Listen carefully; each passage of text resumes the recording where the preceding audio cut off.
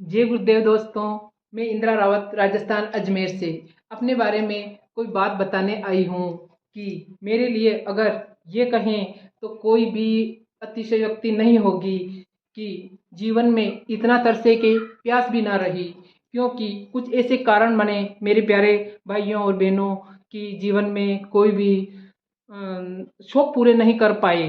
तो इसके लिए भी मैं मालिक को बहुत बहुत धन्यवाद देती हूँ कि मैंने जीवन में शुरू में शुरू से ही इतनी परेशानियों का सामना करने लगी कि जीवन का कोई भी मतलब नहीं रहा कि मैं जिंदा हूँ या क्या हूँ। जीवन में बहुत परेशानियाँ, क्योंकि पति की नौकरी नहीं थी ढंग की, और वो परेशानियों में ही पड़े रहे। अच्छा धंधा नहीं चल सका, जो भी काम में हाथ डालो उसके अंदर उनको नुकसान हो जाता था।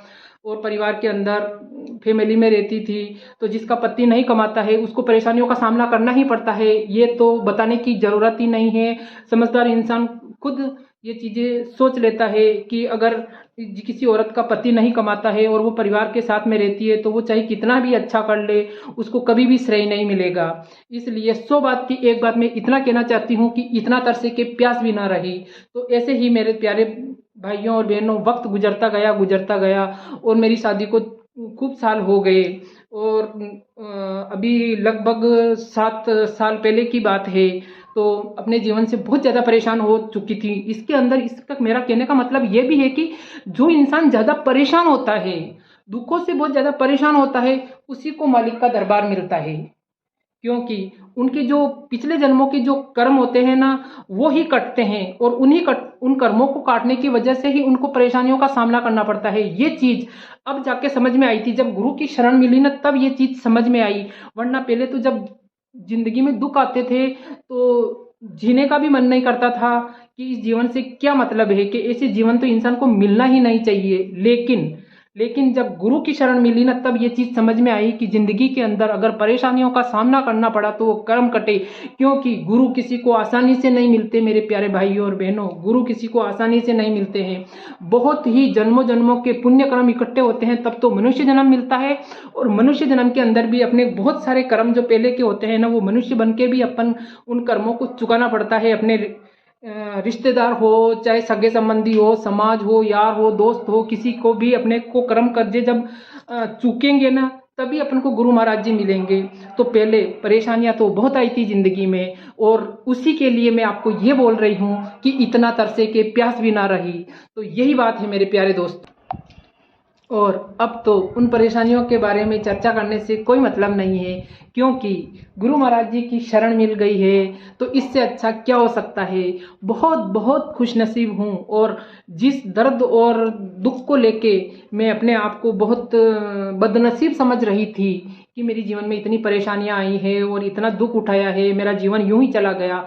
लेकिन जब से गुरु महाराज जी मिले हैं, वो सारी परेशानियों को मैं बहुत बहुत शुक्रिया अदा करती हूँ कि वो परेशानियां आई और मेरे कर्म कर्जे कटे, तभी मेरे को गुरु महाराज जी की शरण मिली। तो इससे गुरु महाराज जी की शरण मिलने से जो जिंदगी के अंदर परेशानियां आई, वो मैंने अपने आप को उसको खुशियों में तब्दील कर दिया। लेकिन दोस्तों ये बात सच है कि जब गुरु महाराज जी की शरण में मैं आई, तो उसके पहले मैंने हर चीज़ों का मोह खत्म हो गया था। क्योंकि वो मैं बार बार आपको बोल रही हूँ कि इतना तरसे के प्यास भी ना रही, क्योंकि हर चीज़ के लिए इतना परेशान होना पड़ा, इतना तरसना पड़ा कि जिंदगी के अंदर इस जीवन में किसी भी चीज की लालसा ही खत्म हो गई दोस्तों। किसी भी चीज को पाने की इच्छाएं ही खत्म हो गई। जब सब कुछ इच्छाएं खत्म हो गई, दिल आत्मा से, अंदर की आत्मा से, सिर्फ ऊपर से बोलने से कुछ नहीं होता है, दिल की आत्मा से, दिल की गहराइयों से जब सारी इच्छाएं खत्म हो गई और सोच लिया कि अब कुछ भी नहीं चाहिए, उस टाइम गुरु महाराज जी मिले थे। तब सोचा कि ये हुई है अपने जीवन की बात, तो कि कुछ भी नहीं चाहिए। उस टाइम ये गुरु महाराज जी मिले और इन्होंने पक्का कर दिया कि इस दुनिया में कुछ भी नहीं है।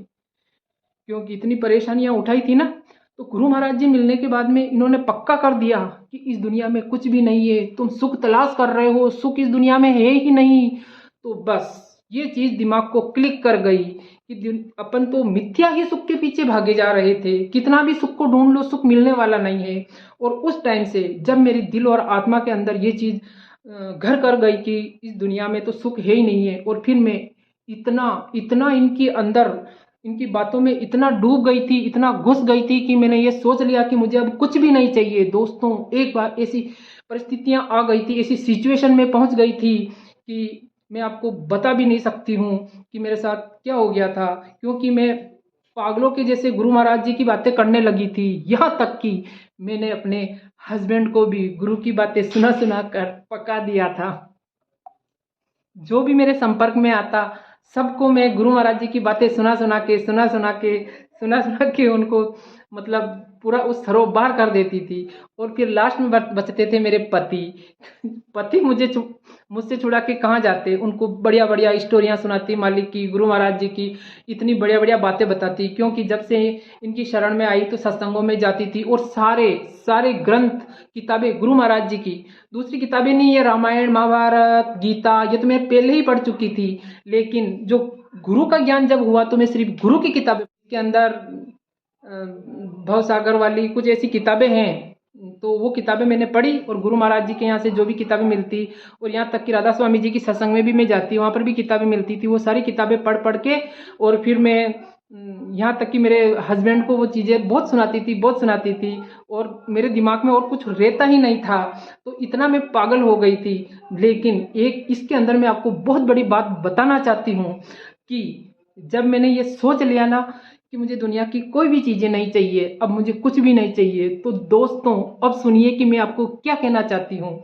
जब मैंने अपने दिल और दिमाग और आत्मा से ये चीज़ सोच लिया कि मुझे कुछ भी नहीं चाहिए, तो उस टाइम दोस्तों एक अदृश्य शक्ति है, काल देवता, उन्होंने मुझ पर दया की बरसात करनी शुरू कर दी और मुझे ऐसी ऐसी चीज़ें देने लगे, मुझे ऐसी ऐसी चीज़ें देने लगे जिसकी मैं कभी कल्पना भी नहीं कर सकती थी। मेरे जीवन में खुशियाँ, और जिन चीज़ों की मैं इतने टाइम से सोचती थी कि काश ये चीज़ें मेरे पास होती, काश ये खुशी मुझे मिलती, तो वो खुशी मुझे देने लगे मुझे। तो ये एक बहुत बड़ी बात है कि अपन जब गुरु महाराज की तरफ चलने लगते हैं तो एक अदृश्य शक्ति होती है जो अपन को वो सारी चीज़ें देने की कोशिश करती है कि जिसकी हमने कभी कल्पना भी नहीं की हो, कि जिसकी अपन सोच भी नहीं सकते हैं कि वो चीज़ें हमें मिलेगी। और वो चीज़ें लाकर उसका एकमात्र मोटिव है कि वो उस रास्ते न जाकर इस रास्ते चले आए। तो ऐसा होता है दोस्तों, ऐसा होता है। जब आप गुरु के रास्ते पे चलोगे तो कुछ ऐसी ऐसी चीज़ों की बरसात होगी कि आप न चाहते हुए भी पीछे की तरफ मुड़ने की पूरी कोशिश करोगे। लेकिन उस जगह संयम रखने की जरूरत है। क्योंकि हमें सच्ची चीज अगर मिल गई है तो दूसरे तो अपन को हीरे जवाहरात भी मिले तो अपने कुछ भी काम के नहीं है। और अपने साथ यही है मेरे प्यारे दोस्तों। आज कोई भी सत्संगी है तो उसको अगर कुछ भी दो और उसकी एवज में गुरु महाराज को छोड़ने की बात कहें तो अगर सच्चा सत्संगी है तो वो चाहे कुछ भी कर लो अपनी जान देने को तैयार हो जाएगा, लेकिन गुरु महाराज को छोड़ने को कभी तैयार नहीं होगा। क्योंकि यही शाश्वत सत्य है मेरे प्यारे भाइयों और बहनों, यही शाश्वत सत्य है। और हमें यही सोचने और समझने की जरूरत है। क्योंकि मैंने भी देखे हैं कि कितने ही मेरे भी रिश्तेदार हैं जो कि इस रास्ते पे चलने के बाद में उस चीज को छोड़ चुके हैं और आज दूसरी दुनिया में मस्त हो गए हैं। तो हमें सोचने और समझने की जरूरत है। और चाहे कैसी भी सिचुएशन हो, चाहे कैसे भी हालात हो, हमें गुरु महाराज जी के रास्ते को कभी नहीं छोड़ना है। क्योंकि जो अदृश्य शक्ति है वो तो यही चाहती है कि ये इस रास्ते को छोड़कर हमारे रास्ते में चली आए। और उस टाइम वो ऐसी ऐसी चीजें देना चाहती है जिससे कि हम खुश हो जाएं, इस मनुष्य जीवन में हम खुश हो जाएं। मान, प्रतिष्ठा, सम्मान और कुछ ऐसी चीज़ें जो को हम कभी सोच भी नहीं सकते थे, वो सी भी चीज़ें हमें मिलने लग जाती है। तो मेरे प्यारे भाइयों और बहनों, उस जगह अपन को दिल, दिमाग और बुद्धि लगाने की ज़रूरत है। और उस चीज़ को हमें इससे गुरु महाराज जी से सोचने की ज़रूरत है कि ये चीज़ क्या है और वो चीज़ क्या है। और यही चीज़ मैं आपको कहना चाहती हूँ कि कभी भी भूल और भ्रम में ना पड़े। और गुरु महाराज जैसी सच्ची चीज़ है, इसमें कभी भी आप ऐसे ना सोचें कि हम वहाँ चले जाएं, वहाँ कभी सुख तो कभी मिलेगा ही नहीं। तो इस प्रकार दोस्तों, गुरु महाराज की कृपा और दया बनी रहे। जय गुरुदेव। मेरा चैनल अगर आपको पसंद आया और गुरु महाराज जी की बातें अच्छी लगी तो लाइक, कमेंट और शेयर कीजिए। और चैनल को सब्सक्राइब नहीं किया हो तो मेरे चैनल को सब्सक्राइब कर सपोर्ट कीजिए। जय गुरुदेव।